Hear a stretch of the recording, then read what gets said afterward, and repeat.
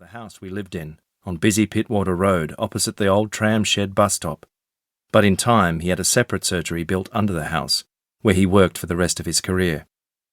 He worked from sunrise till late at night, 6 or sometimes 7 days a week.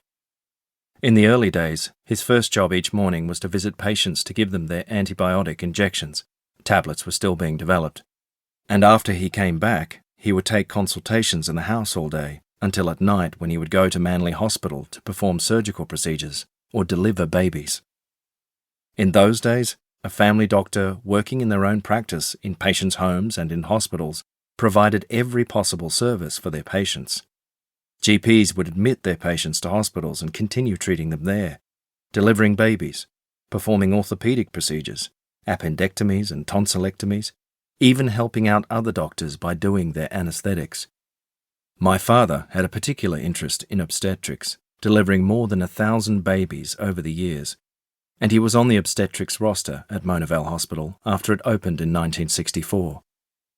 A lifelong patient once told me that due to a medical condition she could not find a doctor to manage her pregnancy. The first time she saw Henry, he said to her, "Don't worry, I will look after you."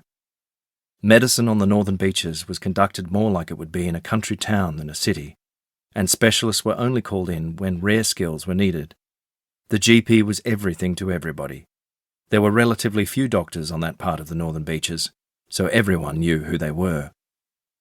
Before Mona Vale Hospital opened, Henry's Narrabeen surgery was, most days but particularly on weekends, like a little emergency department.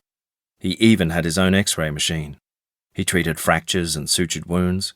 From when I was 5 or 6, I enjoyed the oldest child's privilege of spending time with my father at work.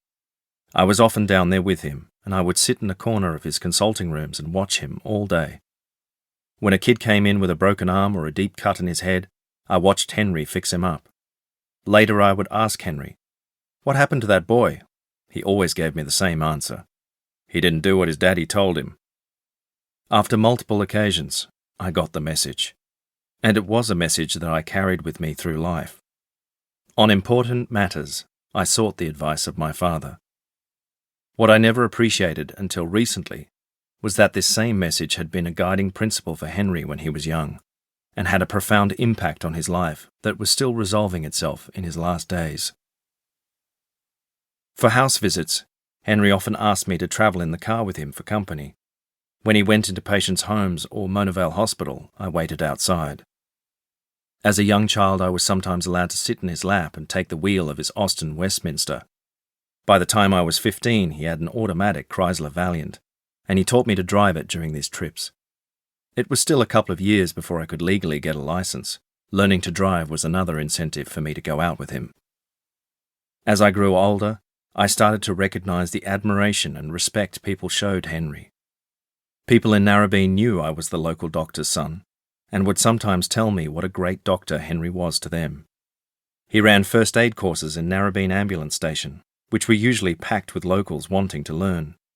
I remember having to stop at car accidents while Henry rendered assistance to injured people. Every Monday morning, my first chore of the week was to go to our front stairs and carry up the crate of vegetables and eggs left by some grateful patients who were farmers in nearby Warriewood. I remember how proud I felt that quite a few of my school teachers chose to see Henry as his patients, often so that he could deliver their babies. Seeing the respect shown to my father by patients, watching him treat his patients, discussing cases with me and going on hospital and home visits, fostered within me an increasing interest in medicine as a career. For as long as I can recall, I always wanted to be a doctor, just like my dad. As Henry's eldest child, I had been his closest sounding board ever since his wife, our mother Evelyn, left us in 1962 when I was 7, my sister Fiona was 4, and my younger sibling Nick was only 10 months old. We didn't know much about Evelyn's reasons for leaving, but we did know that she and Henry argued. She went to the United States for a holiday to visit her brother, who lived in Baltimore, but had not come back. We did not see her again for more than 10 years. When we re-established contact with Evelyn, she told us why she had divorced Henry. She would give us an entirely new perspective on what he had been like to live with and an insight into the demons he was still fighting. Evelyn recognized some of these demons. Henry was affected by a deep sadness, and his water